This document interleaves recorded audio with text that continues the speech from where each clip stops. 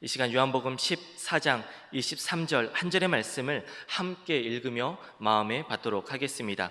함께 읽겠습니다. 예수께서 대답하여 이르시되 사람이 나를 사랑하면 내 말을 지키리니 내 아버지께서 그를 사랑하실 것이요 우리가 그에게 가서 거처를 그와 함께 하리라. 아멘. 하나님의 말씀입니다. 오늘도 예배 자리에 나오신 우리 모든 성도님들을 환영하고 축복합니다. 우리 이 시간 먼저 함께 인사 나누실 텐데요, 예배당에 나오신 우리 모든 성도님들과 온라인을 통해서 예배드리시는 우리 모든 성도님들, 이 시간 우리 함께 인사하도록 하겠습니다. 이렇게 인사하겠습니다. 믿음으로 순종합시다. 함께 인사하겠습니다. 믿음으로 순종합시다. 믿음으로 순종합시다. 믿음으로 우리 함께 순종합시다. 그렇습니다. 언제나 믿음으로 주님만을 의지하고 주님만을 순종하며 나아가는 우리 모두가 될 수 있길 바랍니다. 그리하여 순종함을 통해 살아계신 하나님을 만나고 내 삶이 변화되는 복된 은혜를 우리가 반드시 경험할 수 있기를 간절히 축복드립니다. 수요 저녁 예배 계속해서 4인 4색 수요 성경 공부의 시간 함께 갖고 있습니다. 오늘은 하나님을 경험하는 삶, 그 8번째 시간입니다. 오늘도 하나님이 예비하신 그 귀한 말씀의 깨달음이 이 시간 가득 넘칠 수 있기를 간절히 소망합니다. 오늘도 어김없이 우리 성경 공부를 하기에 앞서서 우리 마음을 모으고 또한 정신을 집중하는 귀한 시간 함께 갖고자 합니다. 이 시간이 참 기다려진다는 피드백을 제가 매일매일 받습니다. 그래서 준비하는데 참 보람이 됩니다. 네, 오늘도 제가 열심히 준비한 퀴즈 함께 나누도록 하겠습니다. 첫 번째 한번 화면 보도록 하겠습니다. 우리 화면을 보고 뭔가 이상한 부분이 있습니다. 화면 속에 이상한 부분을 우리가 함께 찾아보도록 하겠습니다. 화면에 우리가 좀 이상한 부분이 있습니다. 무엇이 이상할까요? 달이 있나요? 그림자요? 오른쪽 위에요.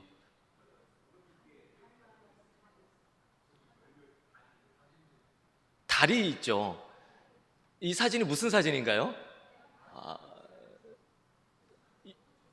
인간이 최초로 달에 발을 내딛었던 윌 암스트롱 사진이죠. 그런데 달에서 찍었는데 달이 있습니다. 네, 분명히 달에 발을 내딛고 달에서 사진을 찍었는데 또 달이 있습니다. 예, 있을 수 없는 일입니다. 달은 합성한 사진입니다. 그래서 지금 달에서 분명히 사진을 찍었는데 또 달이 찍혔습니다. 예, 있을 수 없는 일이 사진 속에서 나타났습니다. 누군가 말씀을 해주셨습니다. 예, 우리 두 번째 질문을 보도록 할 텐데, 두 번째 질문은 티셔츠에 구멍이 나 있습니다. 그렇죠? 티셔츠에 구멍이 나 있는데 과연 이 티셔츠에는 총 몇 개의 구멍이 있을까요? 이 티셔츠를 잘 펼쳐봤을 때 과연 이 티셔츠에는 몇 개의 구멍이 있을까요? 6개. 그렇게 많나요? 아, 그래요? 혹시 더 없으신가요? 8개요. 8개. 우리 홍 목사님 8개인가요? 8개. 더 없으신가요? 8개 이상 없을까요? 제가 볼 땐 2개밖에 없는데 8개나 있나요, 구멍이? 8개 맞습니까? 왜 8개인지 한번 보도록 하겠습니다. 네. 이 티셔츠는 보는 것처럼 티셔츠 구멍이 앞뒤로 뚫려 있습니다. 그렇기 때문에 목에 구멍이 있고 양쪽 팔에 있고요, 밑에 있고 앞뒤로 구멍이 4개가 있습니다. 앞뒤로 구멍이 4개가 있죠. 그래서 8개입니다. 저도 처음에 아무리 찾아도 6개밖에 없는데 왜 8개이지? 저 티셔츠는 구멍이 지금 관통해서 뚫려 있습니다. 티셔츠가 관통해서 뚫려 있기 때문에 구멍이 앞뒤로 있기 때문에 뚫린 구멍, 그러니까 찢어진 구멍은 4개인 거죠. 그래서 총 8개. 굉장히 저보다 정말 대단한 눈썰미를 가지고 계신 것 같습니다. 오늘도 이렇게 우리가 마음을 집중해서 또 이렇게 함께 성경 공부를 시작할 수 있어서 참 기쁜 것 같습니다. 이제 구멍난 티셔츠는 잊어버리겠습니다. 네, 구멍난 티셔츠는 잃어버리고 오늘의 말씀 함께 집중해서 우리 살펴보도록 하겠습니다. 아직도 왜 8개인지 이해가 안 되신다면 집에 가서 다시 한번 곰곰이 고민해 보도록 하겠습니다. 오늘 성경 공부 우리 8번째 시간, 그 주제는 순종을 통해서 하나님을 경험한다라는 주제를 통해 함께 우리 함께 귀한 공부를 나누도록 하겠습니다. 우리는요, 하나님 앞에서 어떤 순종을 해야 하는지, 그리고 그 가운데 어떻게 하나님을 경험할 수 있는지, 우리의 순종 가운데 어떻게 하나님을 만나고 하나님을 경험할 수 있는지 오늘의 말씀을 통해서 함께 살펴보고자 합니다. 하나님의 종들은 하나님의 지시하는 것을 수행하는 사람들입니다. 종은 순종을 할 것이냐 혹은 순종을 하지 않을 것이냐 하는 것을 결정할 수 있는 결정권이 없습니다. 순종하지 않겠다고 하는 선택은 반역입니다. 그리고 그런 불순종은 심각한 결과를 가져오게 됩니다. 그렇다면 순종이란 무엇일까요? 오늘날 많은 사람들은 너무나 자기 중심적이기 때문에 자기가 원하는 것, 자기가 하고 싶은 것을 하고자 합니다. 그들은 순종이 그들의 인생에서 어떠한 의미가 있는지 생각해 보기 위해 그들의 삶을 멈추지 않습니다. 하지만 예수님께서는 순종에 대해 비유를 들어서 이렇게 말씀하셨습니다. 마태복음 21장 28절에서 30절의 말씀을 제가 읽도록 하겠습니다. 21장 28절에서 30절의 말씀 제가 읽겠습니다. 그러나 너희 생각에는 어떠하냐? 어떤 사람에게 두 아들이 있었는데 맏아들에게 가서 이르되 예 오늘 포도원에 가서 일하라 하니 대답하여 이르되 아버지 가겠나이다 하더니 가지 아니하고 둘째 아들에게 가서 또 그와 같이 말하니 대답하여 이르되 실소이다 하였다가 그 후에 뉘우치고 갔으니. 아멘. 말씀 가운데 우리 두 아들이 등장합니다. 그럼 우리 문제를 함께 살펴보도록 하겠습니다. 두 아들이 등장했는데요, 그렇다면 두 아들 가운데 아버지의 뜻을 행한 아들, 어떤 아들이었을까요? 둘째 아들. 첫째 아들 대답을 했습니다. 그렇다면 그 뜻을 행한 것이 아닙니까? 둘째 아들 행하지 않겠다고 했습니다. 그럼 둘째 아들이 행한 아들입니까? 맞습니다. 둘째 아들 말은 행하지 않겠다고 했지만 결국 그 뜻을 행했습니다. 그렇다면 두 번째 질문을 보도록 하겠습니다. 그렇다면 순종의 의미는 무엇일까요? 명령대로 행하겠다고 말하는 것일까요? 아니면 명령대로 행하는 것일까요? 행하는 것이죠. 맞습니다. 우리가 예수님의 그 예화를 통해서 우리가 기억해 볼 수 있습니다. 순종은 말하는 것이 아닙니다. 순종은 행하는 것입니다. 말로만 하는 것이 아니라 행동하는 것이죠. 말은 누구나 할 수 있습니다. 진정한 순종은 명령대로 행하는 것입니다. 그래서 우리는 하나님의 명령, 하나님의 뜻이라고 이미 알고 있는 것에 대해서 순종할 수 있어야 합니다. 어떤 사람들은 이렇게 말합니다. 나는 하나님이 시키시면 무엇이든지 하겠습니다. 이렇게 맹세합니다. 하지만 그들의 삶을 돌아보면 이미 하나님께서는 그들에게 말씀으로 명령하셨습니다. 하지만 그들은 그것을 돌아보지 않고 계속해서 새로운 말씀만, 새로운 명령만 구하고 원하고 있습니다. 우리도 그럴 때가 있습니다. 하나님께서는 이미 우리에게 계명을 주셨습니다. 그런데 우리는 그것을 최선을 다해 지키려 했는지 우리는 돌아봐야 합니다. 원수를 사랑하라 말씀하셨는데 그들을 사랑하고 있는지, 모든 족속으로 제자를 삼으라 말씀하셨는데 그 말씀에 순종하고 있는지, 서로 화목하라 말씀하셨는데 그러한 삶을 살아가고 있는지 돌아봐야 합니다. 하나님의 계명은 내가 선택해서 지키고 싶은 것은 지키고 지키고 싶지 않은 것은 지키지 않는 것이 아닙니다. 하나님은 당신의 모든 계명을 사랑 안에서 지켜가길 원하고 계십니다. 그래서 우리 하나님은요, 작은 일에 충성한 사람에게 더 큰 일을 맡기기를 원하고 계십니다. 이 사실을 우리가 기억할 수 있기를 바랍니다. 나를 통해 일하시는 그 하나님의 계획, 그리고 다시금 결단 가운데 믿음으로 주님의 말씀 앞에 순종하며 나아가는 우리 모두가 될 수 있기를 간절히 소망합니다. 그런데요, 종종 사람들이 궁금해하는 것이 있습니다. 만약 하나님의 말씀 가운데 불순종한다면,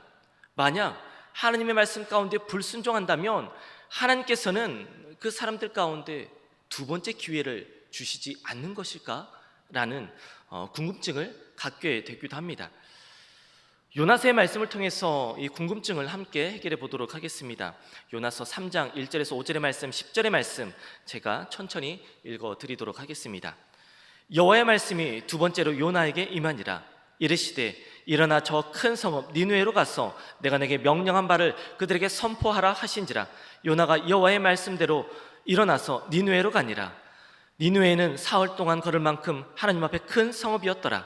요나가 그 성읍에 들어가서 하루 만에 다니며 외쳐 이르되 40일이 지나면 니느웨가 무너지리라 하였더니 니느웨 사람들이 하나님을 믿고 금식을 선포하고 높고 낮은 자를 막론하고 굵은 베옷을 입은지라. 하나님이 그들의 행한 것 곧 그 악의 길에서 돌이켜 떠난 것을 보시고 하나님이 뜻을 돌이키사 그들에게 내리라고 말씀하신 재앙을 내리지 아니하시리라. 아멘. 요나서의 말씀을 통해서 우리가 잘 살펴볼 수 있습니다. 하나님께서는 과연 순종하지 않는 자에게 과연 두 번째 기회를 주시는지 우리 함께 살펴보았는데요. 이 말씀을 통해서 우리가 기억할 수 있는 것 무엇입니까? 하나님께서는 종종 두 번째 기회를 주신다라는 것이죠. 우리 1번의 질문을 함께 살펴보도록 하겠습니다. 첫 번째 질문 우리 한 목소리로 함께 살펴보겠습니다. 함께 하겠습니다. 하나님이 두 번째 기회를 주셨을 때 요나는 어떻게 반응했습니까? 하나님이 요나에게 두 번째 기회를 주셨습니다. 그때 요나의 반응 어떠했습니까? 즉시 순종했습니다. 순종함으로 나아갔습니다. 그렇다면 두 번째 질문 함께 보도록 하겠습니다. 요나가 하나님께 순종했을 때 하나님은 요나의 사역을 통해서 어떠한 모습을, 어떠한 역사를 이루셨을까요? 바로 우리가 잘 아는 것처럼 니느웨 사람들이 회개하였고요, 또한 하나님은 그들을 구원하였습니다. 이 두 번째, 하나님 앞에 두 번째로 요나가 순종하였을 때 하나님은 그 요나의 사역을 통해서 이 놀라운 일을 보여주셨습니다. 그렇습니다. 하나님께서는 종종 두 번째 기회를 주신다는 것이 우리에게 참 위로가 되어집니다. 요나는 그것을 알고 있었는지는 모르겠지만 그에게 그렇게 두 번째 기회가 찾아왔습니다. 하나님께서는요, 니느웨를 회개시키려는 계획을 가지고 계셨을 때 요나에게 하나님의 뜻에 동참하라 말씀하셨습니다. 하지만 요나, 우리가 잘 알고 있는 것처럼 처음부터 순종하였습니까? 그 하나님의 요구에 동참하였습니까? 그렇지 않습니다. 처음에는 이방 적들에 대한 편견을 가지고 있었기 때문에 하나님 앞에 불순종하였습니다. 요나는 오히려 하나님이 니느웨를 멸망하실 것을 보고 싶어 했습니다. 그렇게 불순종했던 것입니다. 하지만 그 불순종의 대가는 매우 심각했습니다. 요나는 폭풍이 있는 바다로 내던져졌고 3일 동안 물고기 뱃속에서 정말 힘든 시간을 보내야 했습니다. 하지만 그는 자신의 불순종을 고백하고 회개하였습니다. 그래서 하나님께서는 그에게 두 번째 기회를 주셨습니다. 그는 두 번째에 가서야 순종했던 것입니다. 요나는 느느웨에 가서 단 한 문장의 메시지를 외쳤습니다. 하지만 하나님께서는 그 한 메시지를 통해서 12만 명을 회개시키셨습니다. 그렇습니다. 위대한 하나님의 사람들 중에서도 이처럼 불순종의 죄로 하나님의 마음을 아프게 한 사람들이 있습니다. 하지만 하나님은 그들을 포기하지 않으셨습니다. 하나님이 만일 그 단 한 번의 기회만을 주셨다면, 그 믿음의 인물들에게 단 한 번의 기회만을 주셨다면 모세는 그러한 훌륭한 지도자가 되지 못했을 것입니다. 그는 여러 번의 실수를 범했기 때문입니다. 다윗도 실수를 했고 베드로도 그랬습니다. 사울은 심지어 그리스도인들을 핍박하는 것으로 그의 사역을 시작했습니다. 많은 믿음의 사람들이 이런 실수와 불순종의 죄를 지었습니다. 그러나 불순종은 결코 하나님에 의해 가볍게 취급되어지지 않습니다. 요나는 불순종을 하다가 하마터면 목숨을 잃을 뻔했습니다. 모세는 애굽 사람을 살해한 죄 때문에 40년의 광야 생활의 대가를 치러야 했습니다. 밧세바에 대한 다윗의 죄는 그의 아들의 목숨을 대가로 치르게 했습니다. 하나님께서는요, 우리의 인격을 변화시키는데 관심을 가지고 계십니다.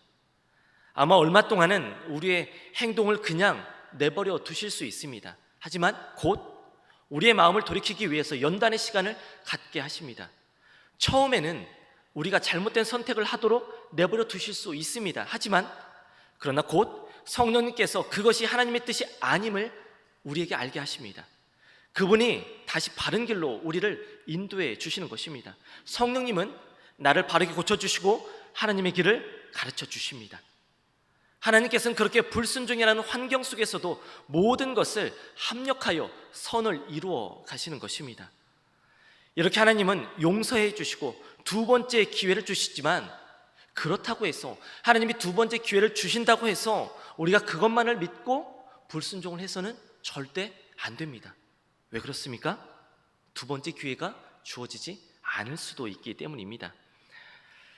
그렇다면 OX 퀴즈를 통해서 우리가 말씀을 다시 한번 정리해 보겠습니다. 우리 말씀을 다시 한번 기억해 보겠습니다. 첫 번째 질문입니다. 하나님은 절대로 두 번째 기회를 주시지 않으십니까? X죠. 맞습니다. 하나님은 종종 우리에게 두 번째 기회를 주시기도 하십니다. 우리 두 번째 질문 보도록 하겠습니다. 하나님은 당신을 사랑하는 사람들의 불순종의 환경 속에서도 선한 일을 이루어 내십니까? 맞습니다. O입니다. 하나님께서는 우리의 그 불순종의 모습, 그 불순종의 환경 속에서도, 주님은 그 환경 속에서도 아름답게 선으로 바꾸어 이뤄내시는 하나님이십니다. 우리 세 번째 질문 보도록 하겠습니다. 하나님은 나의 인격을 변화시키는 데 관심을 가지고 계십니까? 맞습니다. 하나님은 나의 인격을 변화시키고자 하십니다. 우리 네 번째 질문 보겠습니다. 불순종은 매우 값비싼 대가를 치를 수 있습니까? X입니까? O입니까? O죠. 그렇습니다. 우리의 불순종의 대가는 값비싼 대가를 치를 수 있습니다. 그렇기 때문에 우리는 불순종을 너무나 가볍게 여겨서는 안 되는 것입니다.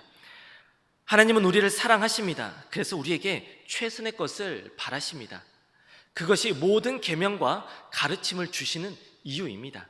그분의 계명은 나를 제한하고 구속하려는 목적이 아니라 우리가 가장 의미 있는 삶을 살도록 우리를 자유케 하는데 그 목적이 있습니다.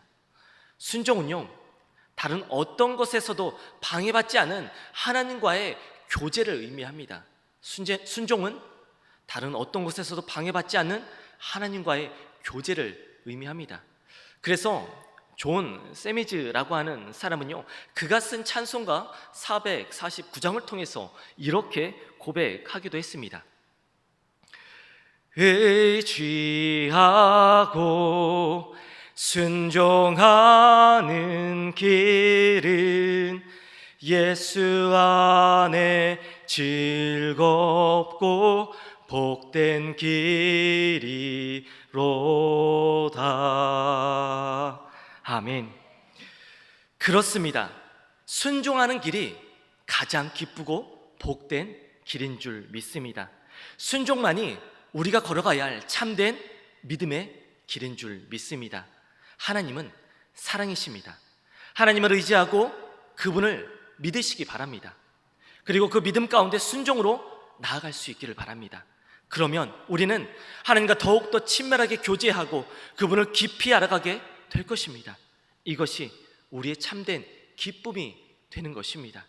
이 기쁨을 우리 모두가 반드시 경험할 수 있기를 간절히 소망합니다. 이제 우리가 순종과 관련된 몇 가지 질문을 통해서 우리가 함께 오늘의 말씀을 함께 정리해 보도록 하겠습니다.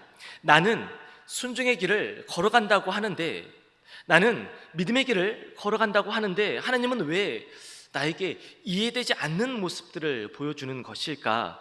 이러한 질문들을 우리가 함께 살펴보도록 하겠습니다. 이러한 질문들은 우리가 마음속으로 함께 고민해 보도록 하겠습니다. 우리 첫 번째 질문 함께 보도록 하겠습니다. 우리 첫 번째 질문 한 목소리로 함께 읽도록 하겠습니다. 함께 읽겠습니다. 어째서 하나님은 내 인생에서 그렇게 느리게 역사하시는 것처럼 보일까?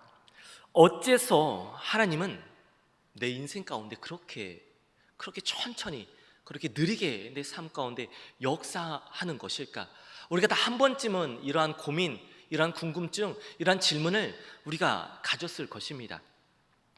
예수님이 제자들과 3년 동안 함께 거하신 후에 이렇게 말씀하셨습니다. 요한복음 16장 12절에서 13절의 말씀 제가 읽겠습니다. 내가 아직도 너희에게 이를 것이 많으나 지금은 너희가 감당하지 못하리라. 그러나 진리의 성령이 오시면 그가 너희를 모든 진리 가운데로 인도하시리니 그가 스스로 말하지 않고 오직 들은 것을 말하며 장래일을 너희에게 알리시리라. 아멘. 예수님은요, 그들에게 더 가르치실 필요가 있었지만 그들은 그것을 받을 준비가 되어 있지 않았습니다. 그러나 예수님은 성령님께서 하나님의 시간표에 따라 제자들을 계속해서 인도할 것임을 알고 계셨습니다. 그래서 제자들이 그 뜻을 알기를 바라셨습니다. 그리고 그러기 위해서는 더욱더 다듬어지고 인내의 시간이 필요했던 것입니다. 그렇다면 하나님께서는 왜 이렇게 한 사람을 성숙시키기 위해서, 우리 한 사람 한 사람을 성숙시키기 위해서 왜 이렇게 오랜 시간을 사용하시는 것일까요? 이러한 질문 다 하지 않으셨습니까? 왜 하나님께서는 이렇게 한 사람을 성숙시키기 위해 이토록 많은 시간을 투자하시는 것일까?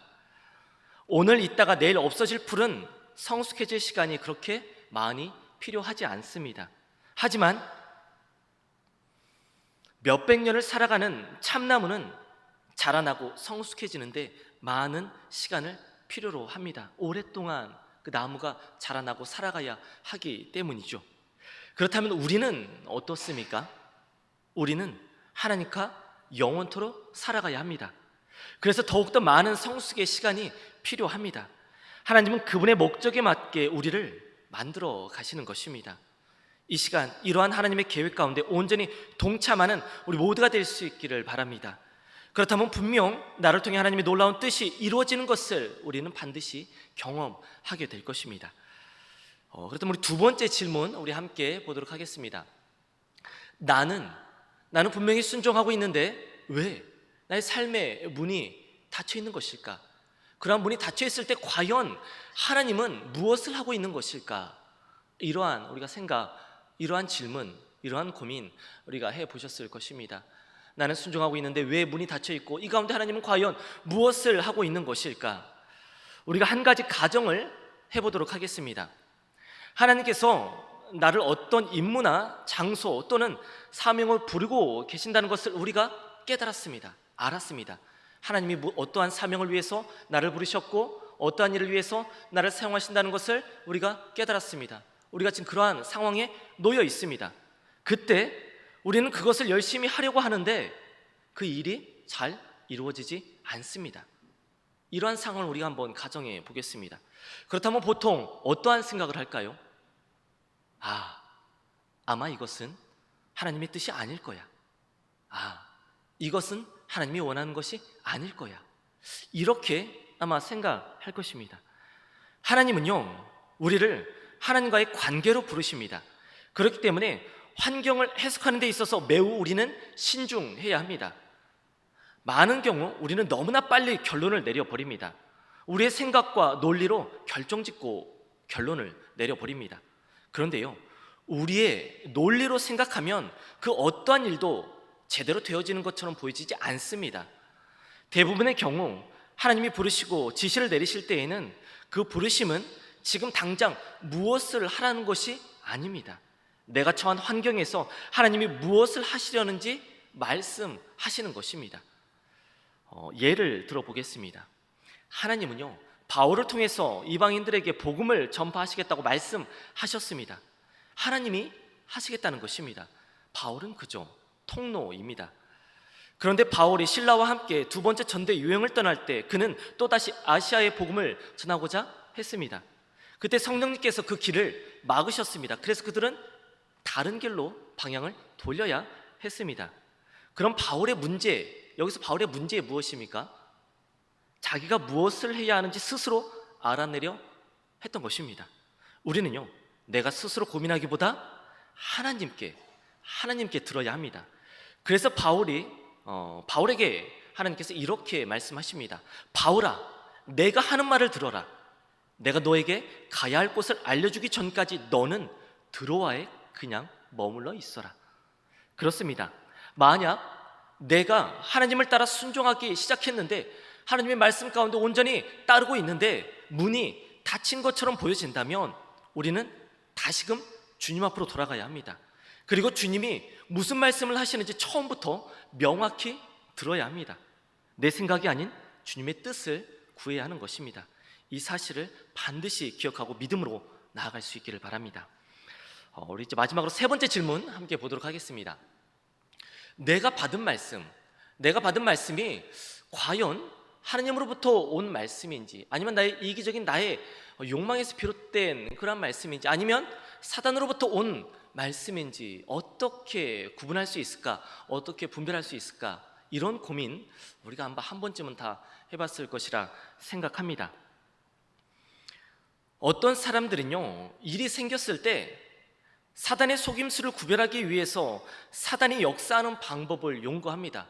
사단은 과연 어떻게 우리의 삶 가운데 역사하는지 그 사단의 방법, 사단의 계략을 연구하기 위해 몰두합니다.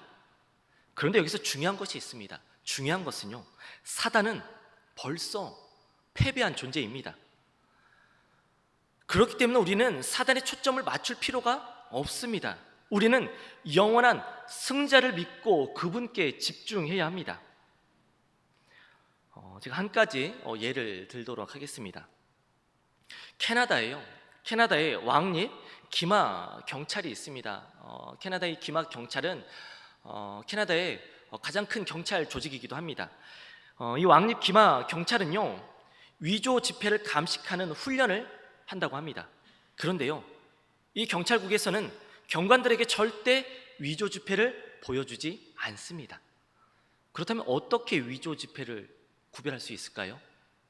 그들은 오직 진짜 집회만을 연구합니다. 그들은 너무나 철저하게 진짜 집회를 연구하기 때문에 그것에 미치지 못하는 것은 어떠한 것이든지 구별해낼 수 있다고 합니다. 기마경찰은 사람들이 어떻게 위조 집회를 만들어내는지 연구하지 않습니다. 그들은 오직 진짜만을 공부합니다. 진짜에 미치지 못하는 것은 그 어느 것이든지 가짜이기 때문입니다. 그렇습니다. 우리는 참 진리이신 주님만을 알아야 합니다. 그분에 대해 더욱더 깊고 친밀한 관계 속에 있다면 우리는요, 주님이 아닌 다른 어떠한 것으로부터 들어오는 모든 것을 구별할 수 있습니다. 진짜이신 주님을 우리가 잘 알고 있기 때문입니다. 이 사실을 기억하며 내게 들어오는 모든 생각과 상황 가운데 우리가 참으로 참된 구분과 분별을 할 수 있기를 간절히 소망합니다. 사랑하는 여러분, 우리는 오늘 순종함을 통해서 더욱더 하나님을 깊이 알아갈 수 있음을 함께 공부하였습니다. 순종함을 통해 주님의 뜻을 깨달을 수 있습니다. 순종함이 우리 삶의 가장 큰 기쁨입니다. 이 사실을 반드시 우리가 꼭 기억할 수 있기를 바랍니다. 비록 순종 가운데 나의 삶이 막힌다 할지라도 다시금 주님 앞으로 돌아오시기 바랍니다. 주님이 명확히 말씀하실 것입니다. 나를 통해 하시고자 하는 나를 통한 주님의 뜻을 우리는 분명히 발견하게 될 것입니다. 무엇보다 주님을 더욱더 깊이 알아감을 통해서 세상의 악한 것들을 구별할 수 있기를 바랍니다. 참된 진리이신 주님께 집중함을 통해서 주님이 아닌 다른 무엇도 담대히 대적할 수 있기를 바랍니다. 주님이 우리의 길이 되어주시고 인도자가 되어주시는 줄 믿습니다. 순종하고 겸손히 주님의 뜻을 구하는 우리의 삶 가운데 주님의 놀라운 은혜가 가득 넘칠 줄 믿습니다. 이 믿음으로 걸어가는 우리 모두의 복된 매일의 삶이 될 수 있기를 이 시간 좋으신 예수님의 이름으로 간절히 축원드립니다. 아멘.